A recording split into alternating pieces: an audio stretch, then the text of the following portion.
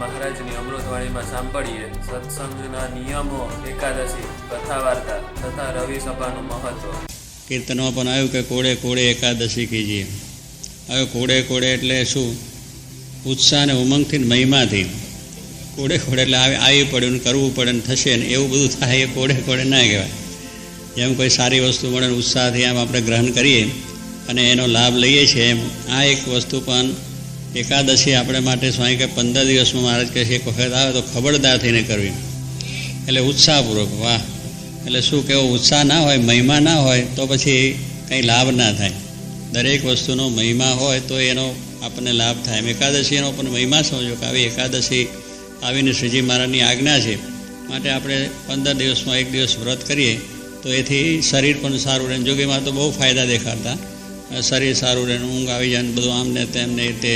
એટલે કહેવાનું શું છે કે આવી રીતના એકાદશીના ઉત્સવથી મૂળ તો ભગવાનની પ્રસન્નતા થાય અને શારીરિક રીતે પણ સારું કે 15 દિવસમાં એક ઉપવાસ ખેંચી નાખીએ તો ઘણી જાતનું ખાધું પીધું હોય અને શરીરમાં અજીરણ થયું હોય એ બધું સારું થઈ જાય.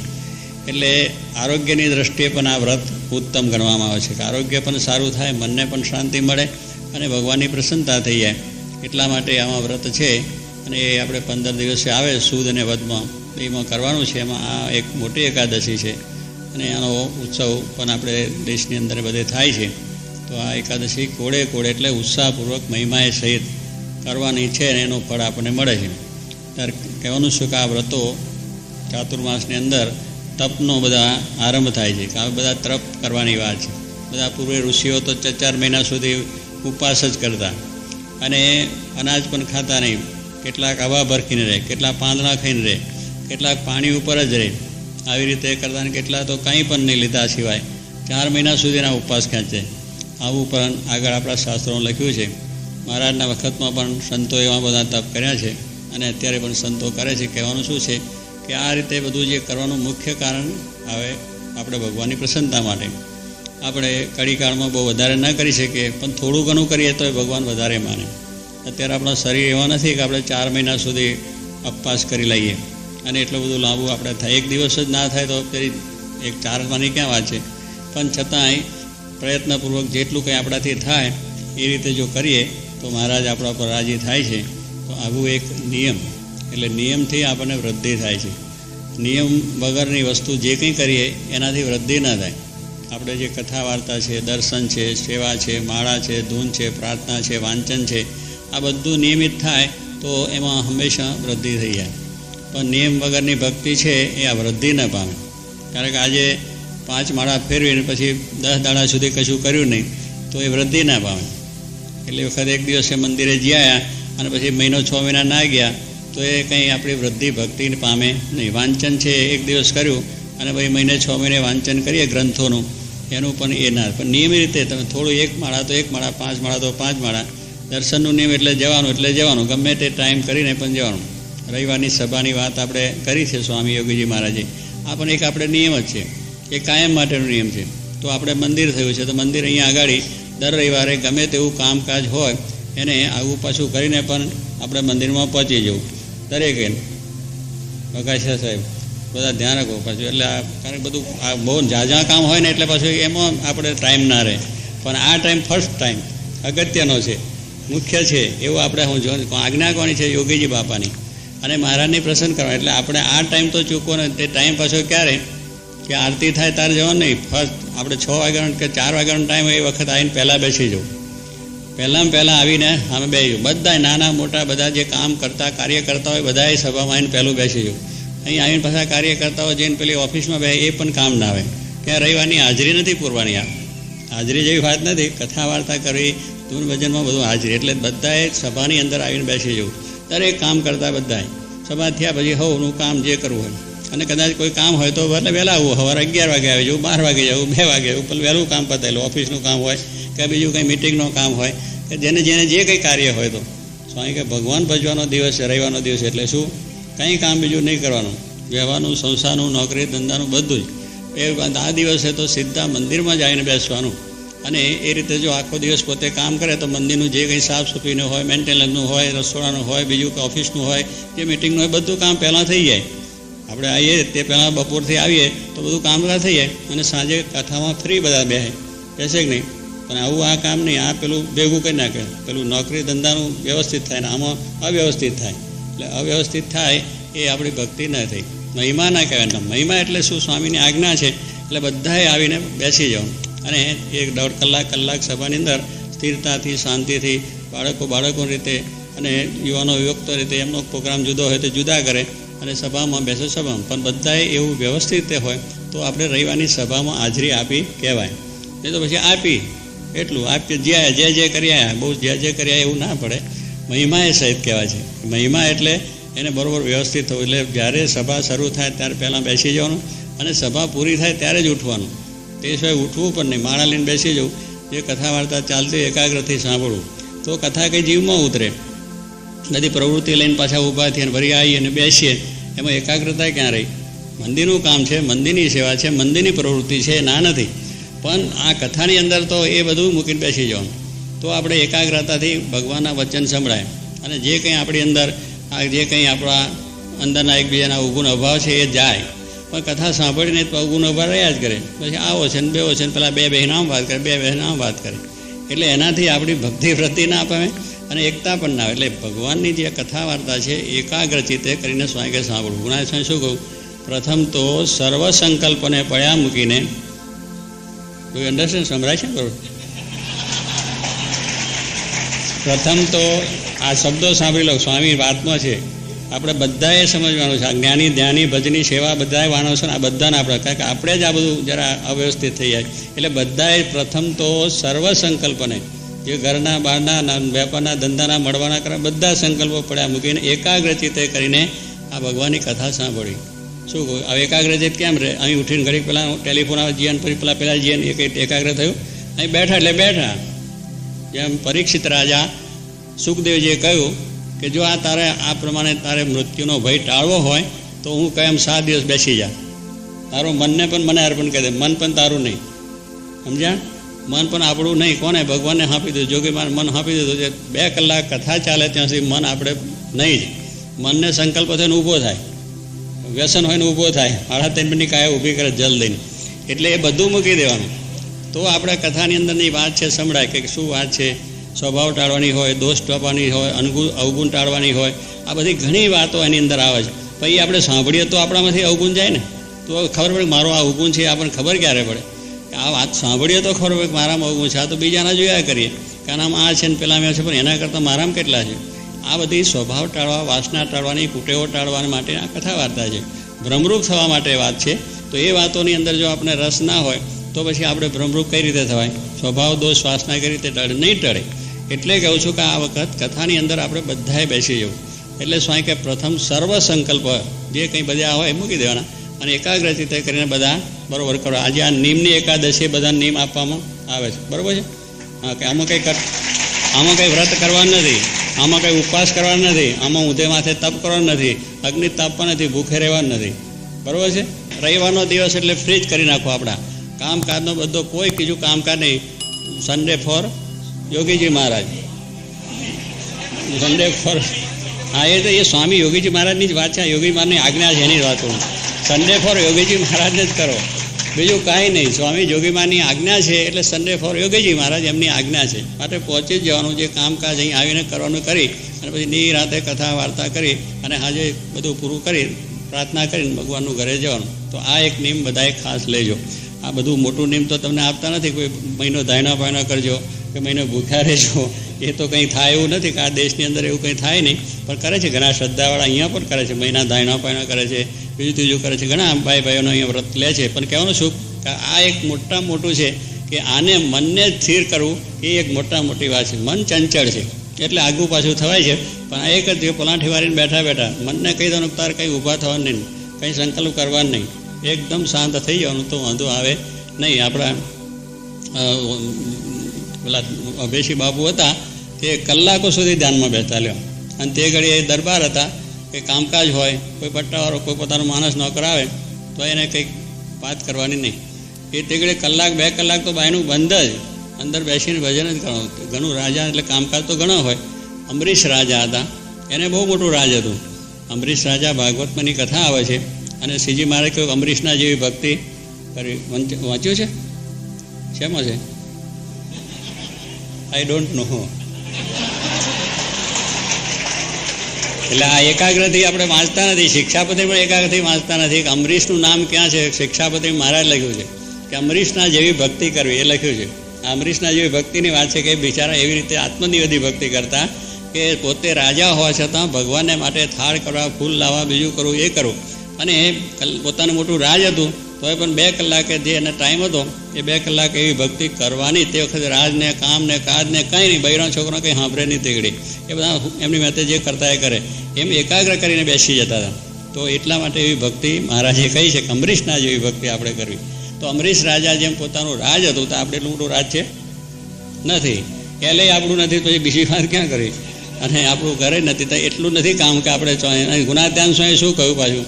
કરોડ કામ બગાડીને એક મોક્ષ. કેટલા કામ? કરોડ છે ખરો? નથી, કરોડ કોઈને છે નહીં. 2-5 કામ હોય, 10 હોય કદાચ, તો સ્વામી તો કરોડની વાત કરી. કેટલી બધી મહત્ત્વની વાત એ સમજ્યા છે. કારણ કે પોતે સમજ્યા છે કે ભાઈ આપણે આ જીવને મુક્તિ આપી છે, આના માયામાંથી મુક્ત કરવો છે. તો આ બધું જો આપણે કરીએ તો એ મુક્ત થાય. તો પછી આમ થાય છે, રહે છે. સ્વામી કે મરતી કાન હલાવે કંઈ કામ થાય ખરું? ના થાય. એટલે ખબરદાર થઈને કરવાની વાત છે. એટલે આપણી જે સભાની વાત છે એ સભામાં બધાએ ખબરદાર થવાનું નિયમિત રીતે. અને હવની ઉપર જ વાત લેવી. પાછી વાત કરે કે ભાઈ આમ છે ને તેમ છે, તાર પેલા જો આને માટે વાત કરે, પેલો કે આને માટે વાત કરે. તારે માથે નગારા વાગે મોત ના રે. તારે તમે બધાએ કરો. તારે માથે નગારા વાગે મોત. એટલે કોઈને માથે નહીં. હા, કે આ મારામાં અવગુણ છે, મારે અવગુણ આ ટાળવા. કથામાં જે વાત આવી છે મારા માટે છે.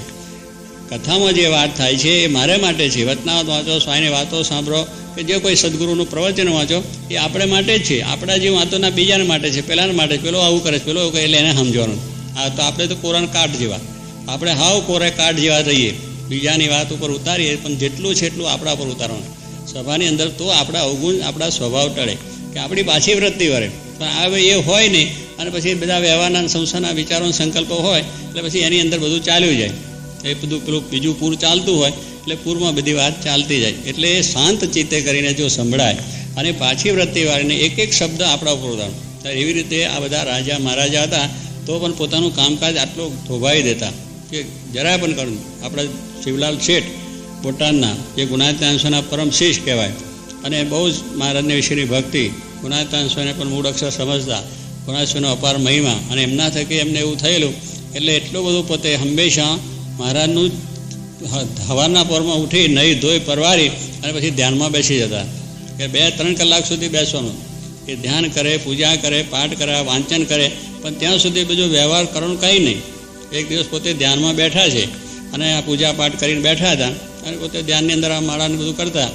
ત્યાં પછી ત્યાં પેલા ઘીના ગાળવા પેલા હતા ને, પેલા લોકો ગાળવાની અંદર, માટલાની અંદર ઘી ભરી લાવતા. એ ત્યાં તાજું કંઈક આવ્યું છે અને લઈને ત્યાં આગળ મૂકેલું. મેળા ઉપર આ ધ્યાન કરતા હતા. દાદરા આગળ પેલો ઘડો ઘીનો એ મૂકેલો તાજો. હવે એમાં બિલાડા બે લડતા આવ્યા અને મારો પેલો બિલાડો ભટકાયો લે અંદર. એટલે પેલો ગાળવાનો ઘીનો હતો એટલે પડ્યો દાદરા ઉપર. એટલે દાદરાની અંદર ઘી બધું ડરી ગયું. દાદરો ચીકણો થઈ ગયો. હવે એમના પિતા જરા વ્યવહારિક હતા, સમજ્યા ને, ગોવિંદજી આપણા જેવા. એટલે પછી એમને આવીને પેલા ભાઈ શિવલાલને કહ્યું, શિવા, આ ધ્યાનમાં શું બેસી રહ્યો તું? આ ખબર નથી પડતી તને આ ઘીનો ગાળવો ડળી ગયો? પેલા શિવલાલ ધ્યાનમાં છે. 1 વખત 2 વખત કહ્યું, પછી એમ. પછી પેલા શિવલાલ શેઠ કે શું બાપા આટલો બધો શોર બકોર શું માટે કરો છો? આમાં હાઈવો શું કરો છો? કે કેમ તને ખબર ના પડે આટલા રૂપિયાનું નુકસાન થયું આપણને, અને આ બધું ઘી ઢળી ગયું, આ દાદરો બગડી ગયો, આમ તેમ બધું કહેવા માંડ્યું. શિવલાલ બહુ ઠંડે ગયેલા, જે શાંતિથી વાત કે બાપા આ ઘી છે એ ખાઈને આપણે ઢોળવું હતું, એમને એમ ઢળી ગયું. એમાં ઢોળવાનું જ હતું બીજું કંઈ. ઘીને ખાધા પછી શું થાય? લેટ્રિન, જાજરું, બીજું કાંઈ છે? હા, લાડુમાં ખાઓ કે મોહનથાળમાં ખાઓ કે ગમે ત્યાં ઘી નાખીને ખાવાનું, પણ અંદર તો લેટ્રિને જવાનું છે બીજું કંઈ. તારે એમ એને શિવલાલને આ જો જ્ઞાનને સમજણ હતું તો શું કહ્યું કે આ બધું ખાઈને પણ જવાનું જ હતું. એને ભલે એમ ઢોળાઈ ગયું, અને ઢોળાઈ ગયું દાદરો થયો ચીકનો, તે મજબૂત વધારે થયું લાકડું. એટલે 5 વર્ષ ચાલતો હશે, 25 વર્ષ ચાલશે. ચીકનું લાકડું થાય ને તો વધારે મજબૂત થાય. જો એમાં એને કેવું જ્ઞાન હતું કે એમાં નુકસાન શું થયું? આ બધું નુકસાનનું જ છે, બધું મૂકવાનું જ છે, કશું લઈ જવાના નથી. એમ શિવલાલ શેઠે એમના બાપાને વાત કરી. તો એને ધ્યાન ભજનમાં એકાગ્રતા હતી ને આવું જ્ઞાન એને સાંભળ્યું હતું ગુણાત્યાન સ્વામી, તો એ જ્ઞાનની વાતથી પોતે સુખ્યા હતા અને બધું હતું. પછી કે શિવાતર તારું ધ્યાન આવું હોય તો મને શીખવાડ. શું કહે છે એના બાપા કહે છે તને તારું ધ્યાનમાં સુખ આવે છે તો મને પણ શીખવાડ, મને પણ સુખ આવે. બાપા તમારે શીખાય જેવું નથી, કારણ કે આ તમે વ્યવહારિક વૃત્તિવાળા છો અને હું જો વાત કરીશ એ તમને હદશે નહીં. ના પણ કે તો કે શું કરે છે? તો પહેલાં પહેલો કે જો આ પ્રમાણે આ મારો દેહ છે, આ બધું તમારું ઘર ને બહાર ને આપણું બધું છે એને બારીને ભસ્મ કરવું. પછી આપણો વેપાર ધંધો પૈસા ટકા બધું બારીને ભસ્મ કરવું. સગાવાલા છે બધાને બાળી નાખ્યું છું અને આ બધું ઘર બારને મારો દેહ પણ બાળીને એની રક્ષા કરી અને ટાઢી વારી એને એના પર પલાઠી વારીને બેસું છું. પછી કયું રહ્યું કઈ રહ્યું?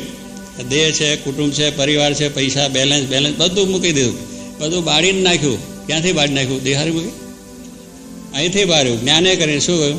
જ્ઞાનથી બારવાની વાત કરી કે જ્ઞાનથી પોતાને હતું કે આ બધું બળી જવાનું છે, એક દિવસ આવવાનું છે આપણી સાથે, આ બધું એક દાડો આંખ મીચ્યા પછી આવવાનું, કશું આવવાનું નથી. એટલે એ રીતે બારવાનું છે કે એક દિવસ મૂકવાનું છે તો ભગવાનનું ભજન કેમ ન કર્યું, આપણો સમય એનો ઉપયોગ કેમ ના કર્યો, એક દિવસ જવાનું છે કશું સાથે આવતું નથી. તો એ જ્ઞાનથી પોતે એટલે શિવલાને કે શિવા તારું ધ્યાન તારી પાસે રાખ, આ બધું બાળી નાખાતું છે મૂરખ, તું કેવું વાત કરે? આ ઘર છે, બાર છે, બૈરા, છોકરા, કુટુંબ, પરિવાર, વેપાર ધંધો, પૈસા બાળી નાખીએ શું થાય આપણું? તો બાબા શું થવાનું? કરો ને, વ્યવહાર કરો પણ આ જ્ઞાનથી બાળો, જીવમાંથી બાળો તો ભજન કરવાનું સુખ આવે, શાંતિનું સુખ આવે. અવગુણ છે, અભાવ છે, દોષ છે, સ્વભાવ છે, વાસના એમ ટળી જાય. પણ આ તો બધું કર્યા કરીને પછી વાસના ટળે નહીં, સ્વભાવ ટળીને અવગુણ થયા કરે, એ બધું ચાલે. એટલે સ્વામી કે આવું ધ્યાનમાં બેસી જતા તો શિવલાલ કેટલા સુખિયા હતા. એ આનંદ 24 કલાક આનંદ હતો અને અખંડ પોતાને જ્ઞાનની દ્રષ્ટિ, સમજણની મહિમાની દ્રષ્ટિ, તો ભજન ભક્તિ અખંડ થતું. એટલે ન થાય એવું પણ નથી. આ કહેવાની વસ્તુ છે મારે બહુ બીજી, આઈ એમ વેરી બીજી, પણ શું બીજી છે? મોખો મારવાની વાત, બીજું કંઈ નહીં. બેઠા હોય કોઈકની જોડે વાતો કરતા હોય, કોઈકની જોડે બીજું કરતા હોય, કંઈક બીજું કરતા હોય. એટલે એટલા બધા આપણે બીજી નથી, કરોડ કામ બગાડવાની વાત નથી. પણ સ્વામીએ કહ્યું કરોડ કામ, તો આ લોકોને કરોડ કામ જેવું હતું છતાં પણ એને મૂકીને આવું ધ્યાન ભજન કરતા અને મહારાજ એમની ભક્તિ કરતા. તો આપણે પણ થઈ શકે એવું છે, પણ આપણને પેલું એનું મહિમા નથી, આટલું આપણા જીવમાં હજુ બેઠું નથી. એટલે આપણી પ્રવૃત્તિઓ બધી ચાલ્યા કરે અને આપણા અંદર આપણા જે સ્વભાવ, દોષો, પ્રકૃતિઓ છે એ પણ ટળે નહીં. પણ આ જો એક એમના નિયમ પ્રમાણે બધું થાય તો ભગવાનને સંતની કૃપાથી બધું થઈ જાય.